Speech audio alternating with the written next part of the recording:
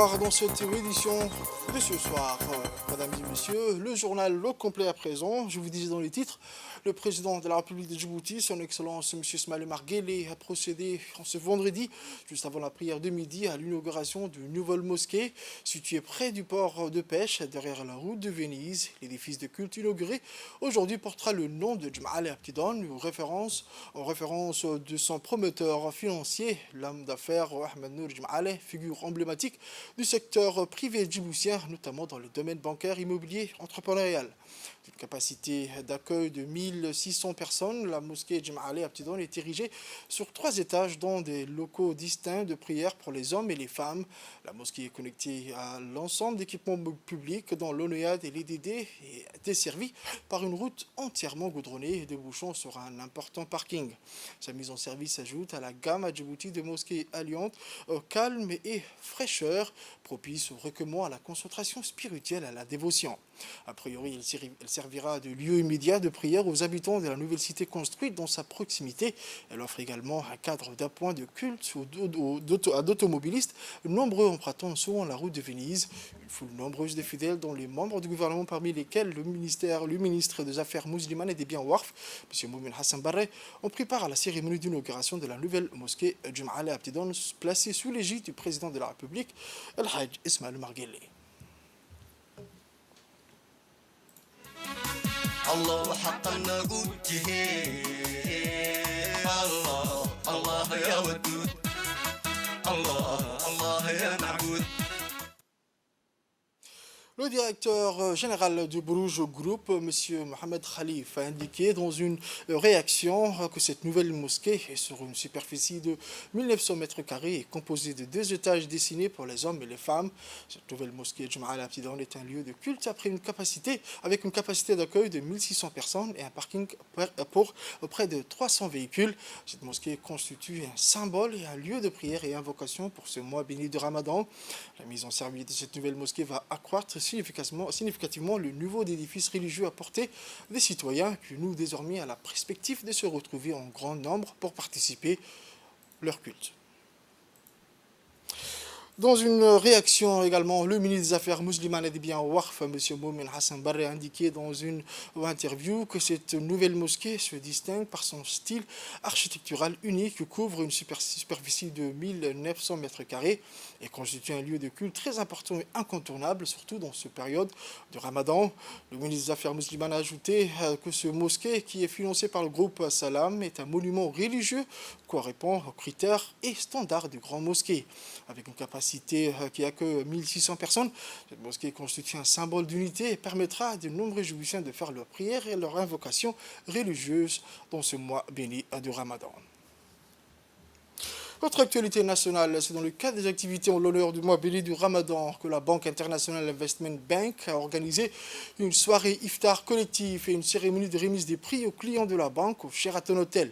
Le temps fort de cette cérémonie de remise des prix iftar collectif fut ce moment de partage et de bénédiction dans la convivialité et l'élévation spirituelle avec l'ensemble des convives. Cette cérémonie a pris part le directeur général de la banque IB, M. Raj Dousseye, les responsables des institutions publiques, les employés de la banque et les clients également. Cette soirée a été composée de plusieurs étapes, comme un tirage au sort de cadeaux et aussi en l'honneur aux employés qui ont prouvé leur motivation, dynamisme et ponctualité durant cette année. Ce mois béni du Ramadan a été une occasion de rencontre pour créer une harmonie de détente, de motivation et de courage pour l'ensemble des clients de la banque et du personnel. Les responsables présents sur place ont remis les prix de main au personnel gagnant. Sport à présent, sous l'égide du secrétariat d'État chargé au sport, les jeunes du quartier Balbala ont lancé hier soir au complexe sportif Roi Fahd le tournoi de Ramadan du volleyball. Tout au long de ce mois béni, une dizaine d'équipes talentueuses vont prendre part à ce tournoi qui ne dit pas encore son favori. Le volleyball est un sport populaire et très apprécié à Djibouti et ce tournoi peut contribuer à promouvoir le sport et à stimuler l'intérêt des jeunes pour ces disciplines. En outre, le mois de Ramadan est une période de rassemblement et de prière pour les musulmans. Le sport peut aider à renforcer l'esprit communautaire et la solidarité. Les compétitions sportives pendant le mois de Ramadan sont également une tradition dans de nombreux pays musulmans et ce tournoi de volleyball peut aider à perpétuer ces traditions à Djibouti.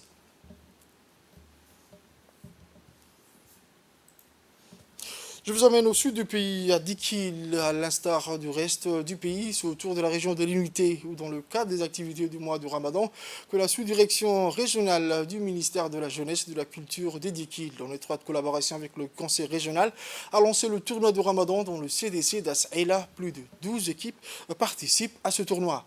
L'événement a vu la participation de hautes autorités de la région, à savoir le président et vice-président du conseil régional, ainsi du sous-préfet d'Assaïla, le directeur régional du ministère de la Jeunesse et de la Culture, le capitaine de la police de la région et les élus de la localité. Ce genre de tournoi de sport de loisirs est un vecteur de paix, d'intégration sociale. Ainsi, il permet de renforcer la cohésion sociale, du vivre ensemble, ainsi de tisser un lien de fraternité, de solidarité, et également à la réalisation d'une communauté de vie harmonieuse. Fait divers de ce soir, face à la recrudescence des accidents de la route, la police nationale a entamé hier soir des opérations d'envergure de contrôle routier. Répartis sur plusieurs barrages dans toute la capitale, les policiers de la sécurité routière assistés des éléments de compagnie d'intervention ont effectué jusqu'à très tard dans la nuit des contrôles. Ces opérations de grande envergure entreprises par la police nationale visent à assurer la sécurité de notre population et ainsi veiller à faire baisser drastiquement le nombre d'accidents routiers. En effet, il a été constaté que les automobilistes adonnent à des pratiques dangereuses en ne respectant pas les feux de signalisation et de ce fait, ils mettent en danger la vie des concitoyens. Cette opération a permis l'immobilisation d'une quarantaine de véhicules arrêtés pour des infractions diverses, telles que le non-respect de feux tricolores, les vitres teintées, la vitesse excessive, le défaut d'assurance. Tous les véhicules immobilisés ont été aussitôt conduits au centre de rétention administratif de Negad. Il est à rappeler que ces opérations se poursuivront et pour cela, il est demandé aux conducteurs de respecter strictement les feux de circulation et les règles du code de la route du pays. Enfin, la police nationale de Djibouti tient à informer la population que la tolérance zéro est désormais de rigueur et exhorte les conducteurs de tous les véhicules à respecter le code de la route. C'est dans le cadre de la lutte contre la criminalité et l'insécurité que la police nationale mène quotidiennement des actions pour lutter contre la délinquance dans toutes ses formes.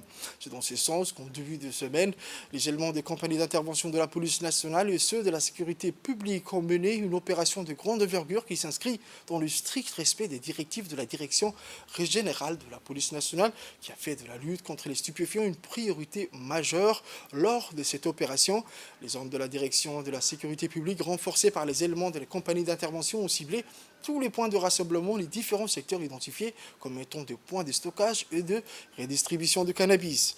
En total, 26 individus ont été interpellés, des machettes, des couteaux, une somme numéraire de plus de 50 000 francs de Djibouti et une quarantaine de tasses de cannabis ont été saisies. Ces individus s'est livré à des guerres de territoire et terrorisé les riverains. La lutte contre l'insécurité et la criminalité reste une priorité pour la police nationale. Il a rappelé que la possession, la vente, la distribution des stupéfiants sont punis sévèrement par la loi djiboutienne. Toutes les personnes interpellées dans le cadre de cette opération ont été présentées devant le parquet de justice pour répondre de leurs actes. Autre fait divers, des moyens humains et matériels conséquents ont dû être employés par les gendarmeries de la brigade PK12 Nord, ce mercredi 5 avril 2023, pour mettre fin aux agissements d'un groupe criminel qui s'est installé dans le secteur du PK12. C'est l'aboutissement d'une enquête de longue haleine qui a été marquée par cette interpellation de 6 membres présumés d'une bande organisée qui était très active dans la commune de Balbala et qui s'était spécialisée dans les extorsions avec armes sur des citoyens.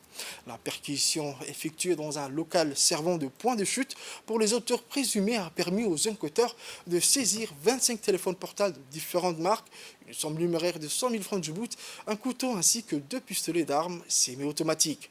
A noter que ces armes ont été utilisées par les mis en cause dans la conduite de leurs projets criminels en vue d'instaurer un climat de peur auprès de leurs victimes. Placés en garde à vue, les mises en cause ont reconnu plus d'une centaine d'agressions et d'actes d'extorsion avec armes. À l'issue de l'enquête diligentée, ils seront déférés devant la justice pour répondre de leurs actes. Encore une fois, la gendarmerie nationale rappelle à la population de la disponibilité permanente du numéro vert, le 116, en vue de signaler tout acte d'agression perpétré à son encontre. Il est également question d'éviter les endroits sombres et isolés pendant les heures tardives de la nuit. Pour les actualités internationales, je vous disais dans les titres, en Espagne, des pompiers ont été déployés pour lutter contre un incendie de forêt alimenté par le vent qui s'est déclaré dans une zone montagneuse de Tarifa en Espagne. Une municipalité de la province espagnole de Cadix, le mercredi 5 avril, des Canadaires ont rejoint les efforts de lutte contre les incendies, tandis que les équipes au sol ont continué à travailler pendant la nuit pour lutter contre le feu, a déclaré le service andalou d'extinction des incendies de forêt. Une grave sécheresse hivernale affecte actuellement une grande partie de l'Europe du Sud et plusieurs régions d'Espagne sont particulièrement touchées.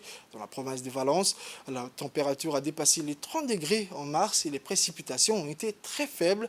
Cette situation a donné lieu à plusieurs foyers d'incendie de forêt et 4 fois plus de forêts ont déjà brûlé au cours des 3 premiers mois de l'année que ce qui est habituellement mesuré au cours de la saison. C'est tout pour ce journal de ce soir, mesdames et messieurs. Merci à vous de l'avoir suivi et restez avec nous pour la suite du programme sur Télé Djibouti.